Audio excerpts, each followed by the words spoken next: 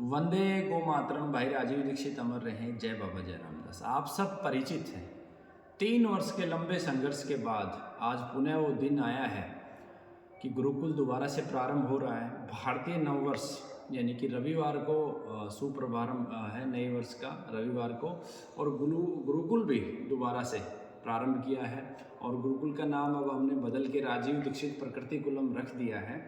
तो आप सभी आए इस कार्यक्रम में, और ये बहुत विशेष दिन है। इस दिन से 3 वर्ष के बाद गुरुकुल दोबारा से प्रारंभ हो रहा है, भारत का नववर्ष है। और इसी दिन राजीव दीक्षित गुरुकुल का पहला प्रकल्प भाई राजीव दीक्षित जी की प्रेरणा से, बाबा जय रामदास जी के आशीर्वाद से राजीव दीक्षित जीवन चिकित्सालय, जो 21 रोगियों की आवासीय व्यवस्था को बना के और ऐसे रोगियों को यहाँ पर रखा जाएगा जिसको सभी पैथियों ने जवाब दे दिया है, तो उसकी नींव रखी जाएगी। और ये जो नींव रखी जाएगी, इस नींव के अंदर मैं 3 प्रकार के लोगों से इस कार्य को संपन्न करवाना चाहता हूँ। पहला, जो कैंसर रोगी ठीक हो चुके हैं, क्योंकि आगे चल के पूरे भारत में चिकित्सा का जो प्रकल्प है, जीवन चिकित्सा का जो प्रकल्प है, सबसे पहले प्राथमिकता से वही रोगी संभालेंगे जो रोगी ठीक हो चुके हैं। जैसे आपको मैंने पहले भी बताया, कोलकाता में सेंटर जो पिता और पुत्र को कैंसर था, दोनों ठीक हो गए, वो संभालेंगे उसको, उनकी पत्नी उनका साथ देगी।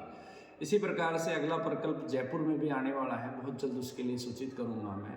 मुंबई में भी आने वाला है। तो सभी वो रोगी जो ठीक हो चुके हैं वो आए, अपनी आहुति इस कार्यक्रम में दें, और आप सबको सेवा के इस प्रकल्प में आगे लगना है।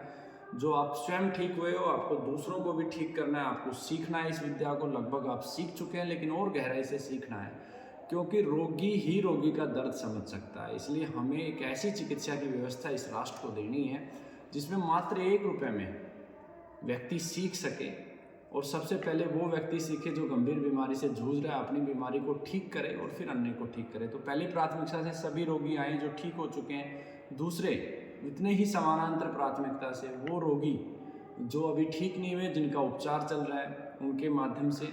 और तीसरे, जिन्होंने यहाँ से उपचार करवाया और उनके परिवार से सदस्य नहीं बच पाए। तीनों प्रकार की कैटेगरी के लोगों को मैं चुनाव करके और इस नींव रखवाएंगे इस कार्यक्रम की। और बाकी कार्यकर्ता गुरुकुल के जितने भी जुड़े हुए हैं, आप सब ने मेरा बहुत साथ दिया है। जेल के दौरान भी जब मेरे पे केस चला था, आप लोगों ने गवाहियाँ दी कि किस प्रकार से आपका कैंसर ठीक हुआ, अन्यथा बिना डिग्री के, जो मेरे पे केस लगा था कि बिना डिग्री के उपचार, तो वो जीत नहीं पाते हम। तो आप सब आएंगे, साथ में सभी कार्यकर्ता आएंगे। कार्यक्रम की रूपरेखा रहेगी, सुबह लगभग 8:15 बजे से हम हवन प्रारंभ करेंगे और लगभग 10:15 के बीच में ये कार्य रहेगा। उसके बाद जो कार्यक्रम के मुख्य अतिथि हैं वो एडीओ साहब हैं, ओम प्रकाश यादव जी, बहुत ही अच्छे विधायक हैं हमारे क्षेत्र के, और बहुत अच्छा उनका जो है कार्यक्रम है, उन्होंने बहुत कार्य किए हैं इस क्षेत्र के लिए। वो आएंगे, वो हम सबको मार्गदर्शन भी देंगे और हमें प्रेरणा भी देंगे। उनके साथ जो बीजेपी के दिग्गज नेता हैं, बीजेपी के पूर्व अध्यक्ष रह चुके हैं, मंत्री रह चुके हैं, हरियाणा की आन बान शान रहे हैं, रामविलास शर्मा जी, वो भी आएंगे। हमारे वर्तमान जो विधायक है कंवर सिंह यादव जी, बहुत ही सरल और नेक व्यक्ति हैं, वो भी इस कार्यक्रम में आएंगे। संत महात्माएं भी आएंगे, और सभी के मार्गदर्शन से कैसे हमें इस भारत को रोग मुक्त करना है, कैसे हमें ये प्लानिंग करनी है कि किसी व्यक्ति को कैंसर हो ही ना। आज भारत की स्थिति बहुत विकराल होती जा रही है, हर घर में कैंसर, हार्ट, आप देखोगे 30-30, 40-40 साल के बच्चों का हार्ट फेल हो रहा है और एट द स्पॉट डेथ हो रही है। इस विषम परिस्थिति से अगर हम जीत सकते हैं तो सिर्फ और सिर्फ आप सबके माध्यम से 1082 रोगी ठीक हुए हैं यहाँ से। तो वो सारे के सारे रोगी जब चिकित्सक बनेंगे तो समाज में जागृति कितनी आएगी, वो लोगों को किस प्रकार से ठीक करेंगे। क्योंकि हमारी विधा जीवन चिकित्सा में आप सबको पता है कि रोगी को ही स्वयं चिकित्सक हम बनाते हैं। तो आप सब आइएगा, आप सबका आशीर्वाद, प्रेम, मार्गदर्शन मुझे चाहिए। मेरे अंदर जो ऊर्जा है, आप जो मेरे लिए प्रार्थना करते हो सुबह सुबह उठ के, वही ऊर्जा से मैं संचालित होता हूँ। मेरी प्रार्थना है कि आप निरंतर मेरे लिए प्रार्थना कीजिए कि हम इस लक्ष्य को हासिल करें। और आप सभी पहुँचिएगा गुरुकुल में कल यानी कि रविवार को। और चिकित्सा भी कल रहेगी, लेकिन चिकित्सा के लिए सुबह 4 बजे से लेकर और 8 बजे तक का मैंने समय पहले स्लॉट में रखा है। उसके बाद दूसरे स्लॉट में